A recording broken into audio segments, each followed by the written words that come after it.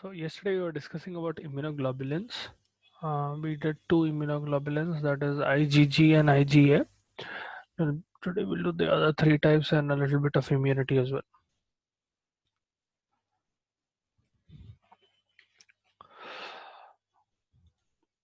So coming to the other type of immunoglobulins, the next one will be IgM. Okay, your immunoglobulin mu. Now, this is the third most common serum immunoglobulin that you will see flowing around in your blood, and this is the first immunoglobulin that a fetus makes. Okay, especially the first immunoglobulin that a new B cell makes. B cells that are produced in your body, virgin B cells that are completely new, they will make the first antigen that they make is IgM, and this IgM is very efficient in leading to lysis of the microorganism. It is very good in making sure that the organism gets lysed, gets broken down. All right. It will also help in agglutination of bacteria. Now, what is agglutination? Your immune system, what it does is, let's suppose there is one bacteria that is entering your body, and later on it multiplies excessively, and you have several bacteria running around in your body. Agglutination is a process through which your immune system will round all of them up. It will make all of them up stick together, and it will throw this whole thing out, or destroy the whole thing out. That is what agglutination is. Agglutination is basically making sure that several bacteria are clumped together so that all of them can be destroyed or eliminated from the body altogether. Okay. IgM antibodies help in that. They are very good in clumping microorganisms, and which will ultimately lead to eventual elimination of those microorganisms from their body, right? Now coming to specific functions of IgM, this is almost 500 to 1000 times more effective than IgG in opsonization. So what is opsonization? Opsonization, yesterday I told you, is a process in which you are basically making uh, the microorganism more attractive for your phagocytes to engulf them. Okay, so let's suppose I have a micro. One second. Huh? I just heard some voice. I'm not sure whether it was a doubt or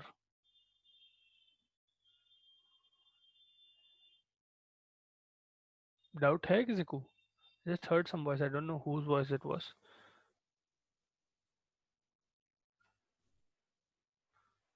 Okay. So coming to the function of your IgM, अब opsonization as a स्टिलिंग, एक microorganism है, let suppose this is the microorganism. ठीक है, this is entering your cell or your body. Opsonization is the process in which your body or specific cells of your body, what they do is they make this fellow more attractive.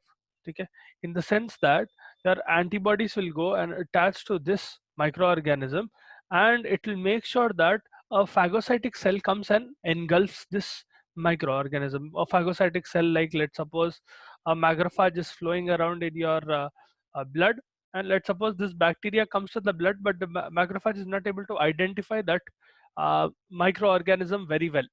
Opsonization is a process through which you will be, or your body will make sure that the macrophage is getting attracted to this fellow, or this is made more attractive to the macrophage, so that it can engulf this fellow, phagocytose this fellow, and eventually kill the microorganism. Okay, in, I hope opsonization samajh mein only a brief picture. Okay, the concept is that opsonization is basically making sure the bacteria is attractive for the phagocytic cell to be what do you call, killing that bacteria.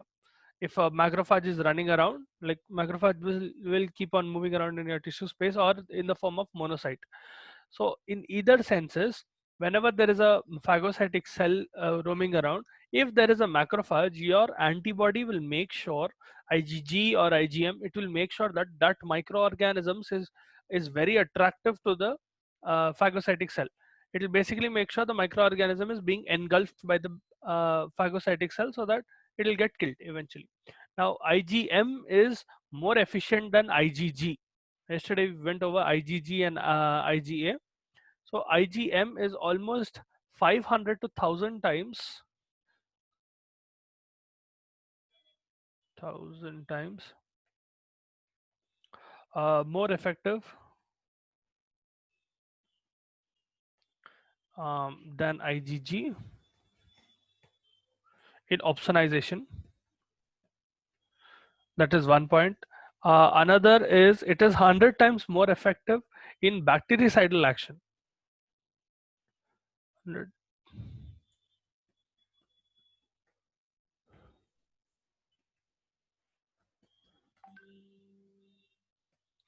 Than IgG, and almost, 1 second, yeah, 20 times more effective uh, in bacterial agglutination. Now, what does this mean, these numbers? What do they represent? If I take one molecule of IgG and I compare it with one molecule of IgM, okay, 1 second, someone is messaging. Oh,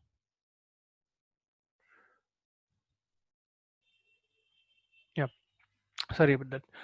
If I take one molecule of IgG and I take another molecule of IgM and I compare their efficacy, okay, what I will find that for every molecule that IgG is opsonizing, or every molecule that IgG makes attractive, IgM will make 500 more number or 1000 more times the microorganisms more attractive than IgG. That is point one. And uh, if IgG is killing one bacteria, IgM is able to kill, not directly kill, it will make sure that the bacteria is killed. Okay, uh, IgM will make sure almost 100 times more number of bacteria are killed than IgG. So basically imagine IgM as a more enhanced version of IgG. All right, to put it simply. The same goes for bacterial agglutination. It is 20 times more effective than IgG in bacterial agglutination, wherein you are clumping bacteria together so that it can be thrown out. All right. Now, IgM is believed to be responsible for protection against blood invasion. So, if there is any bacteria that is coming into your blood and causing either bacteremia or sepsis, bacteremia is a condition in which a few bacteria are coming into your what you call blood, and they are starting to divide and all. Septicemia is a condition in which bacteria are in a much larger number in your blood, and they are causing something called sepsis, where they are affecting several organs, they are damaging several organs. Specifically because they have entered blood, they have access to all over your body, and they are present in much larger numbers than bacteremia. Okay, septicemia is a much more dangerous condition than bacteremia. So IgM is something that will try to what you call prevent invasion of bacteria or invasion of microorganisms in your blood. Okay. Uh, Now, other than that, monomeric IgM is a major antibody on the surface of B lymphocytes. Meaning, B lymphocytes के surface पे, if you see, this fellow will be present as a small monomer. Okay. Generally, wherever there is B lymphocyte, you will find IgM attached to it or very close by. Right, yesterday I told you what is a B lymphocytes. WBC का एक type रहता है B lymphocyte. We'll go over that today as well in immunity anyway. So coming to the next type, important type of immunoglobulin is IgD, or delta, immunoglobulin delta basically. This is primarily found on the surface of B lymphocyte. This fellow will not be freely found. So if I have a B lymphocyte like this, okay, with basophilic granules. So let's suppose these are basophilic granules. You'll be able to find this IgD present here on the surface. Okay, I'll just draw a small IgD molecule like this. Let's suppose it is like this. Okay. Yesterday I showed you the structures of different immunoglobulins. Most of them will look similar. It is just that a few of them, like specifically IgM, and another one is IgM and the other is IgA. IgA will have a dimeric structure where two of those protein molecules are attached together through joining protein, whereas IgM में 5 molecules are attached together. That is the only, those two are the only different ones. Most of the others look similar. Now coming back to this, IgD will be present at the surface of your B cells, and it will act as a receptor for B cells, in the sense that whenever there is an infection or whenever immunity needs to be activated, this IgD will help in activating that B lymphocyte so it can perform its function. All right. Think of IgD as an alarm clock for your what do you call B lymphocyte. Whenever there is a B lymphocyte on its surface, you'll be able to find a IgD molecule that will act as a receptor for the B lymphocyte. Whenever there is a microorganism or any pathogen that is coming into picture, what will happen is this IgD molecule will act as a receptor for the B lymphocyte so that it can get activated and mount an immune response. Okay, so that is the function of your IgD molecule. It will not directly or actively participate in your complement system, and it will not take part in immunity directly, but indirectly in this sense.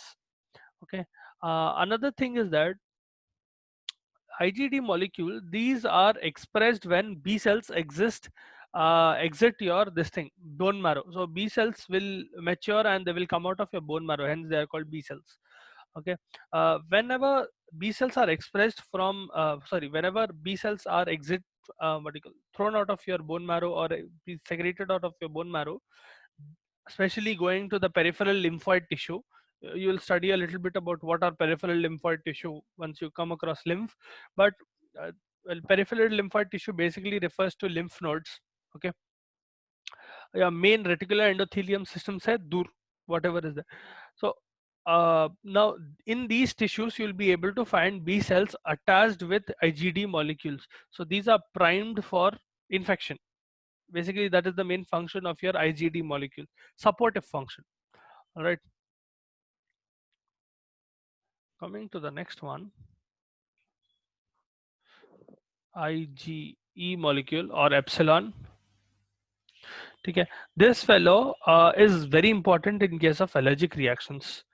Okay, this fellow is strongly involved with your mast cells, your eosinophils, and it will have a function in allergic reaction, specifically something like asthma. Okay, this will bind very tightly to the Fc receptor on your basophil and mast cells, so you'll be able to find your IgE molecule wherever there is your B cell and mast cell. They'll be very close to each other and they'll basically be attached to your B cells, IgE molecule. This is the most what you call least common serum immunoglobulin. Okay, another thing is that what they do is, as a consequence of them being involved in allergic reactions, because they are bound to basophils and mast cells, whenever there is an allergic reaction, basophils and mast cells are the first ones to react. So what will happen is, or one of the first ones to react, what will happen is this fellow, how it will be involved is it will propagate the allergic reaction. Okay, so you will see fever being formed, one or the other. See, immunity is like a chain reaction, inflammation and immunity. So one reaction will occur which in turn will cause 3 4 reactions, and these in turn will cause 3 4 reactions, and it will go like this. It is a cascade reaction. Okay, your Ig will play one part in that. Okay, you'll understand this a little bit more once you go into immunity and once you go into inflammation next year. But for now, just remember that inflammation is like a cascade reaction where one reaction is one reaction is having a ripple effect wherein it's affecting several other systems, which in turn are affecting other systems. IgD will play a role in propagating your allergic reaction. Okay, and it also plays a role in parasitic helminthic reaction. So helminthic diseases are basically those. Tinea solium is one helminthic this thing. I'm sure you must have read about it in intermediate.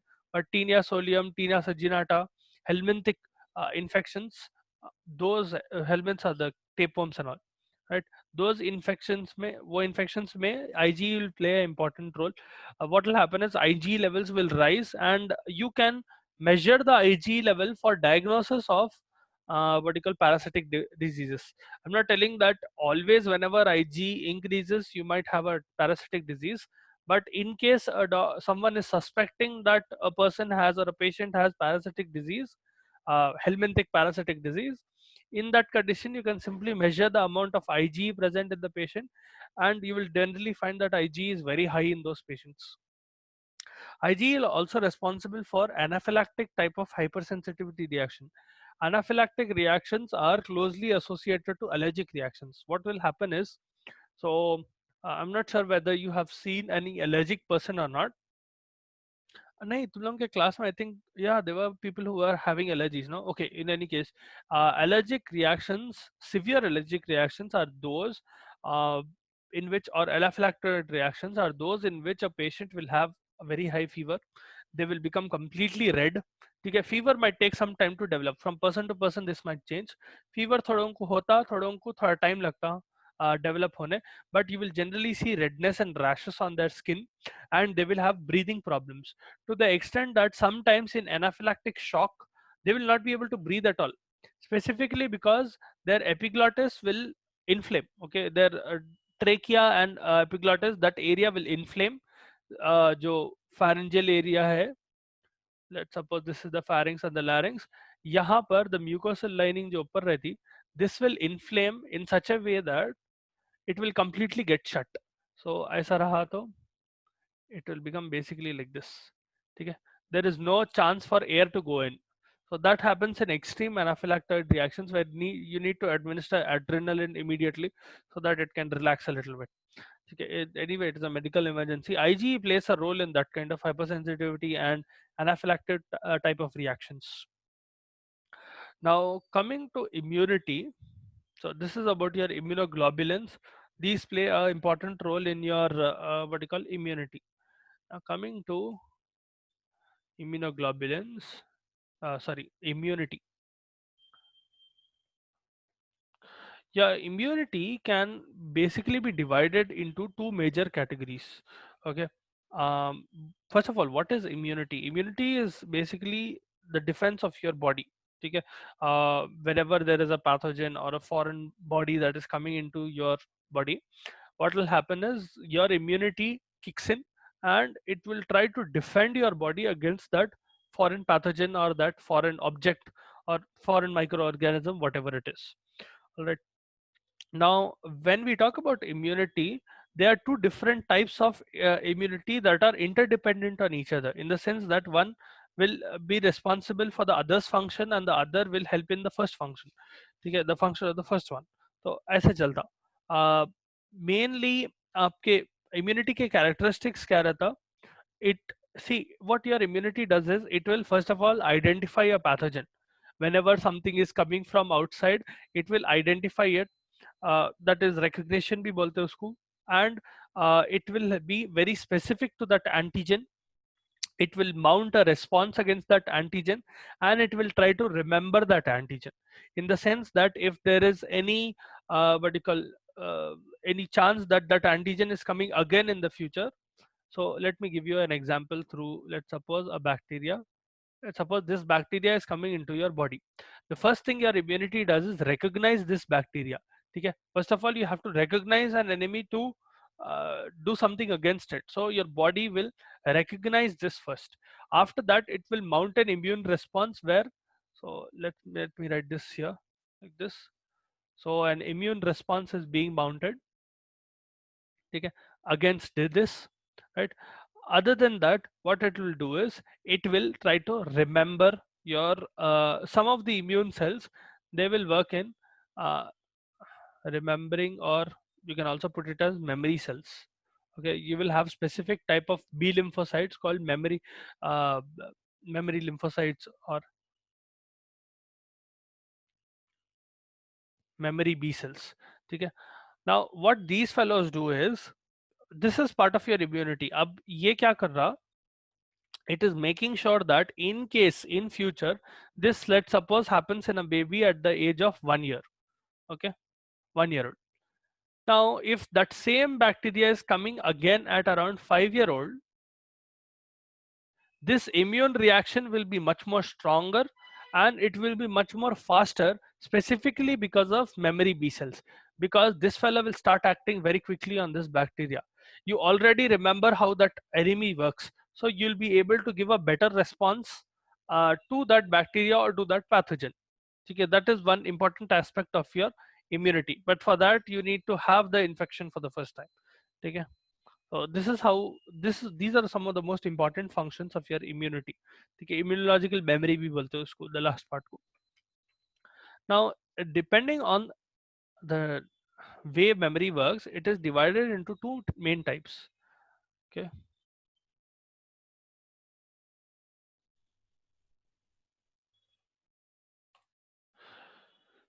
Your immunity is divided into two types, that is innate or natural immunity and adaptive immunity.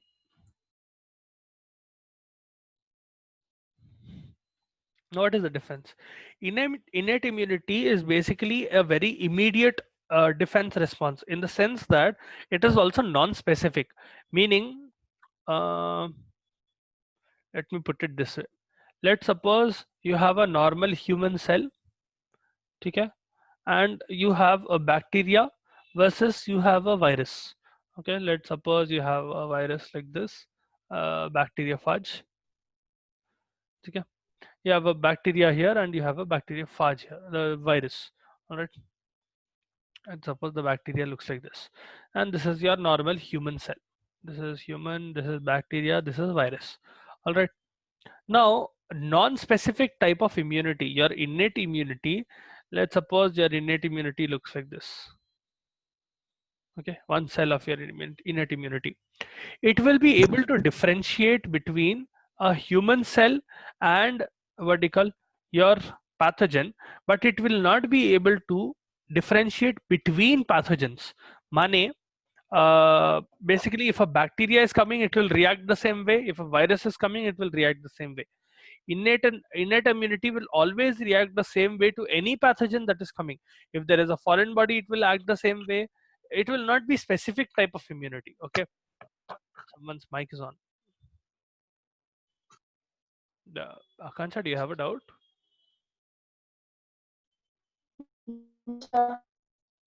Lag आ रहा आवाज में. Okay, now as I was telling, innate, I got that voice several minutes later, several seconds later. Type it out. बहुत lag आ रहा आपकी आवाज में. Okay, as I was telling, innate immunity or natural immunity, ये क्या है? It will act against anything that is foreign. Right? It will act against anything that is foreign, but it will act in the same way, in the sense that, for example, let me put it this way. Let's suppose you are going to a mm, let's suppose you are going to a zoo.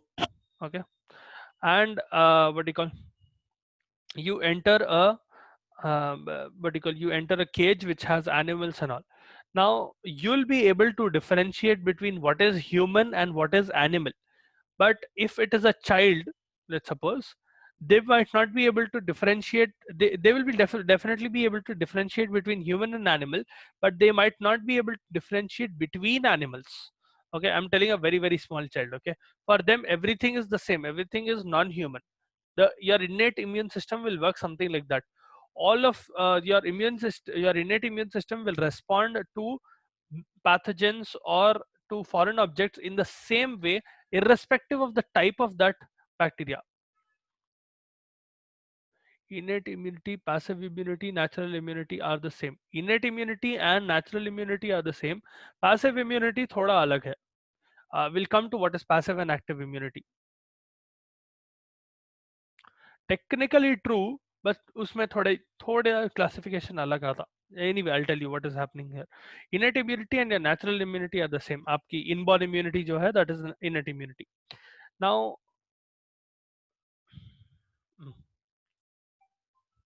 second,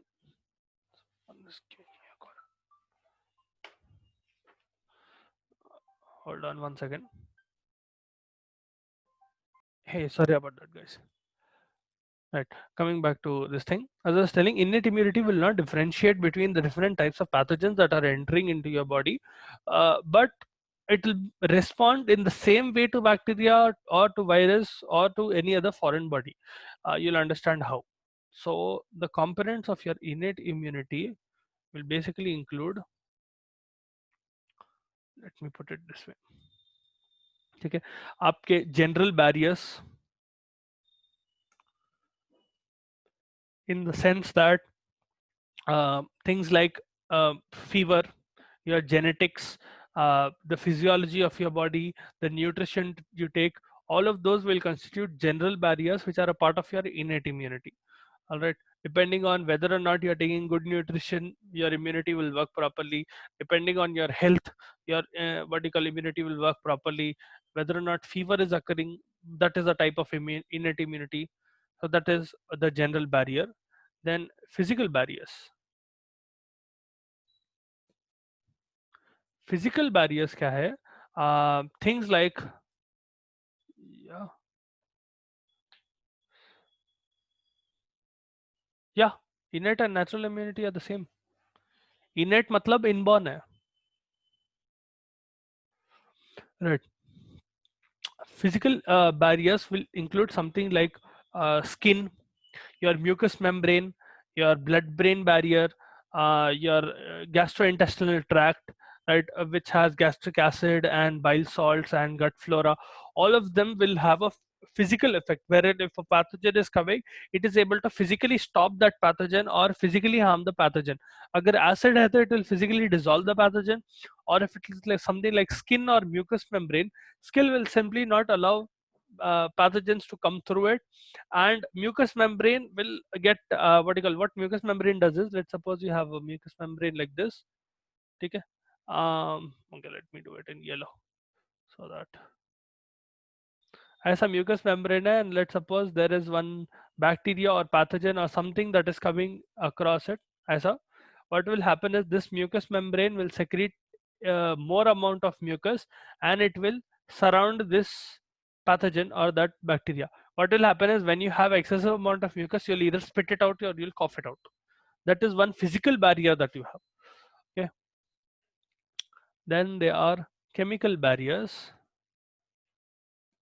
Technically your acid will come under this as well, so it is kind of in physical and chemical both, because it is chemical but it has a physical effect. In any case, that is one. Interferons, the cytokines that are secreted by your, achha, you don't know what is cytokines and interferons, no? These are basically chemicals that are secreted by your immune system.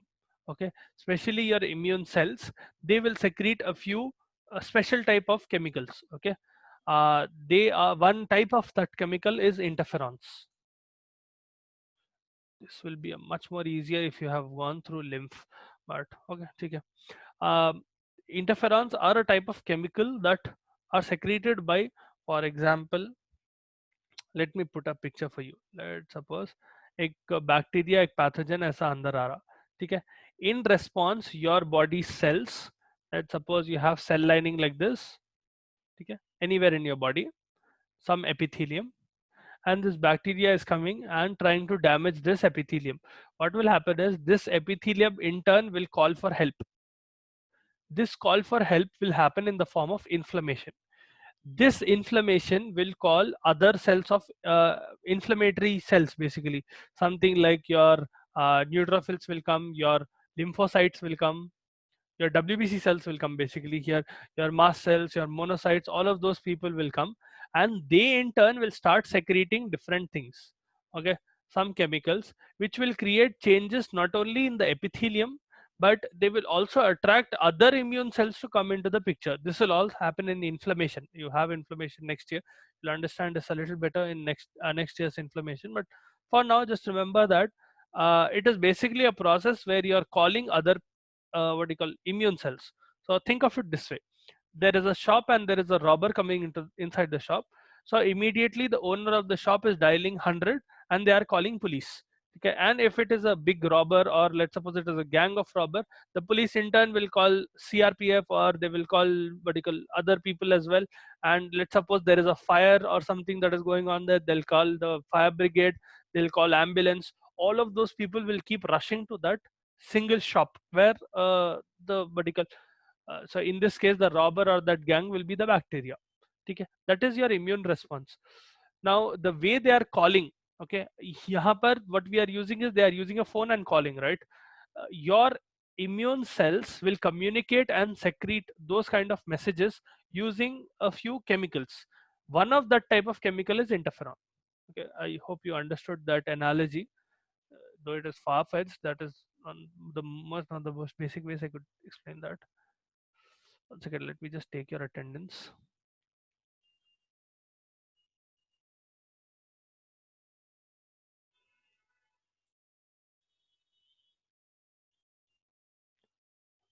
16th.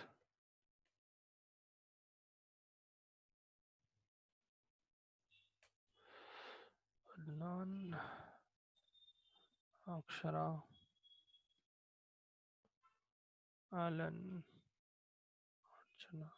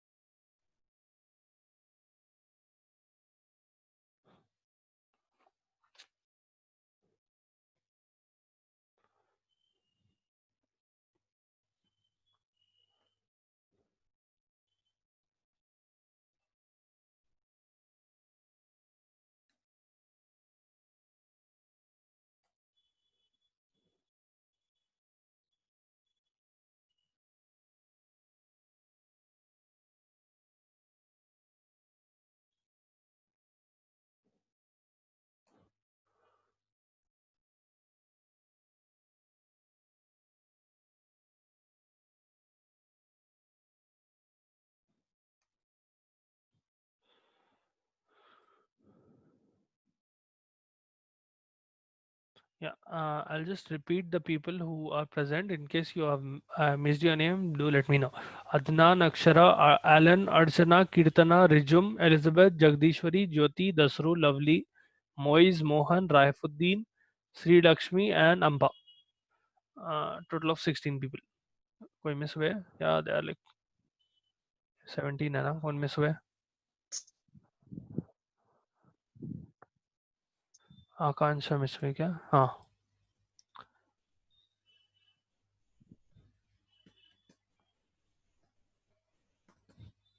Right. So I've added your name as well, आकांक्षा. हाँ जी. Now coming back to your physical barriers, interferon was one type of physical barrier. Other in physical barrier, sorry, chemical barrier. Other types of chemical barriers will include hormones. Certain hormones are responsible for what you call mounting an immune response. There is a chemical called beta lysine that will help in lysis of organisms, especially pathogens.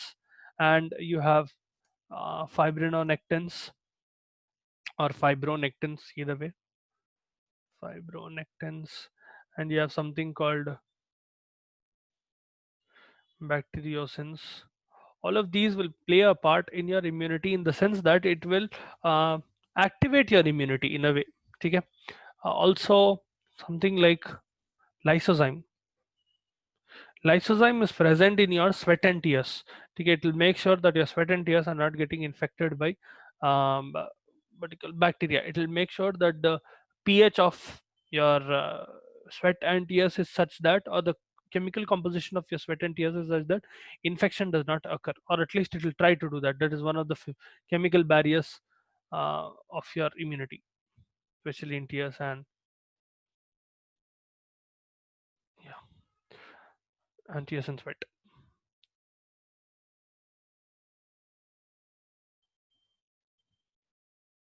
The next type of barrier that you will see is biological barrier. These are basically phagocytes. Okay, these are obviously present inside you when you are born. So these phagocytes will include your macrophages. When I tell macrophages, this will also include your monocytes, in the sense that monocytes are freely flowing in your blood, and whenever they enter tissue space, they will become macrophages. Okay, they will mature, they will undergo diapedesis, where they are moving from your blood cell to your tissue. So let's suppose this is one of your blood vessel. Okay, and This is the surrounding tissue around that blood vessel. Okay. And let's suppose there is a bacteria that is coming here. Now let's suppose that bacteria is like this. It is invading this place and causing damage. What monocytes will do is, so let's suppose this is a monocyte. Monocytes will come here to the vessel of blood vessel wall, and it will pass through the wall of that blood vessel through a process called diapedesis, and they will enter this tissue space. When they enter this tissue space, they will become something called a macrophage. They will change their structure and they'll become macrophages. Macrophages will phagocytose this bacteria. That is the function of macrophages. So that is why they are called phagocytic cell. Other type of phagocytic cells that you will see are dendritic cells. Dendritic cells रहते, phagocytes रहते, monocytes be mast cells, not mast cells, sorry, monocytes. Your macrophages or monocytes, same thing, and dendritic cells. These two or these three are the main types of phagocytic cells that are part of your innate immunity, especially your biological barrier type of innate immunity. Okay. These four are the main parts of your innate immunity: general barrier, physical barrier, chemical barrier, and biological barriers. We'll get into adaptive immunity tomorrow. All right. Adaptive immunity is very specific. These are all non-specific. Matlab, they will respond to everything that is coming from outside the same way. Adaptive immunity is very specific. It will specifically target one type in one way. Bacteria को एक way में respond करते, virus को एक way में respond करते, वैसा. All right. So I hope you understood today's class.